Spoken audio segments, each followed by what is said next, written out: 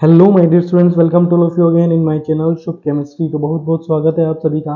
आज के क्वेश्चन से मैं आप लोगों के लिए आया हूँ इक्विवेलेंट कंसेप्ट के फंडामेंटल थिंग्स जो कि लॉ ऑफ इक्विवेलेंस को डील करती हैं। यानी कि हमें एक मिक्सचर गिवन है, मिक्सचर में एल्यूमिनियम और जिंक दो एलिमेंट प्रेजेंट है और इनको किसी एसिड में कम्प्लीटली डिजोल्व किया जाता है और उस डिजोल्व करने के बाद हमें H2 गैस का एलिवेशन होता है एट STP और उसका वॉल्यूम हमें गिवन है। तो सबसे पहले स्टार्ट करते हैं इसको इक्विवेलेंट कंसेप्ट से डील करना। तो सबसे पहले इसका एन फैक्टर, एल्यूमिनियम का जब भी एग्जिस्ट करता है एसिडिक मीडियम में एल्यूमिनियम +3 की फॉर्म में जाएगा। यानी कि इसका एन फैक्टर कितना आ जाएगा, एल्यूमिनियम का एन फैक्टर +3 का चेंज हुआ है और कितने नंबर ऑफ एटम है 1, यानी कि एल्यूमिनियम का एन फैक्टर 3 आ चुका है। इसी तरह जिंक जब भी स्टेबल ऑक्सीडेशन स्टेट में जाता है Zn+2 में जाता है।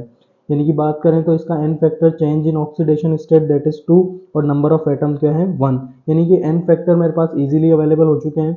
अब एन फैक्टर निकालने के बाद आप इक्विवेलेंट वेट निकालना आना चाहिए।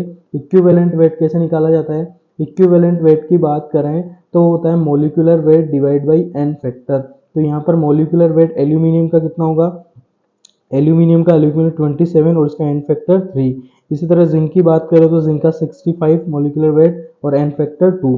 तो ये मेरे पास इक्विवेलेंट वेट निकल चुके हैं। अब मुझे लॉ ऑफ इक्विवेलेंस को अप्लाई करना है। लॉ ऑफ इक्विवेलेंस सिंप्लीफाई क्या करता है, according to law of equivalent we can write here कौन कौन भिड़ रहा है। स्टार्टिंग में एल्यूमिनियम और जिंक थे, इन दोनों को किसके साथ डील करवाया था, किसी एसिड के साथ और उससे H2 गैस एलिवेट हुए थे। यानी कि जो भी इंफॉर्मेशन अवेलेबल है हमें इनके मिली इक्विवेलेंट्स आपस में क्या करने होंगे, इक्वल करने होंगे भिड़ने वालों के। तो एल्यूमिनियम का लेट सपोज इसका A मास था टोटल और इसका B मास था।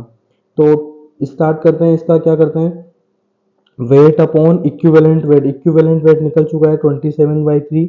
इसी तरह जिनकी बात करें तो इसका बी था दैट 65/2 और यहाँ से हम H2 का क्या लिख सकते हैं, इक्विवेलेंट वेट 1.69। ये मेरे पास वॉल्यूम था, वॉल्यूम को मैं 22.4 से डिवाइड करता हूँ तो ये मेरे पास क्या अवेलेबल हो गया, moles. Mole into N factor, यही मेरे पास क्या नॉर्मेलिटी होती है। तो एन फैक्टर ऑफ H2 कितना अवेलेबल होगा, वो होगा 1/2, यानी कि 2 से मल्टीप्लाई करना पड़ेगा। यहाँ से मैं सोल्व करता हूँ इक्वेशन। अच्छा, A प्लस बी की वैल्यू भी मुझे दिखनी है 1.67 ग्राम। तो ये दो इक्वेशन अवेलेबल हैं और दो इक्वेशन में से ए बी की वैल्यू जो निकल के आएगी वो आएगी 1.25, जो कि ए की वैल्यू है इन ग्राम। इसी तरह बी की जो वैल्यू निकल के आएगी 0.42 gram. I hope it is clear to all of you. Thank you guys.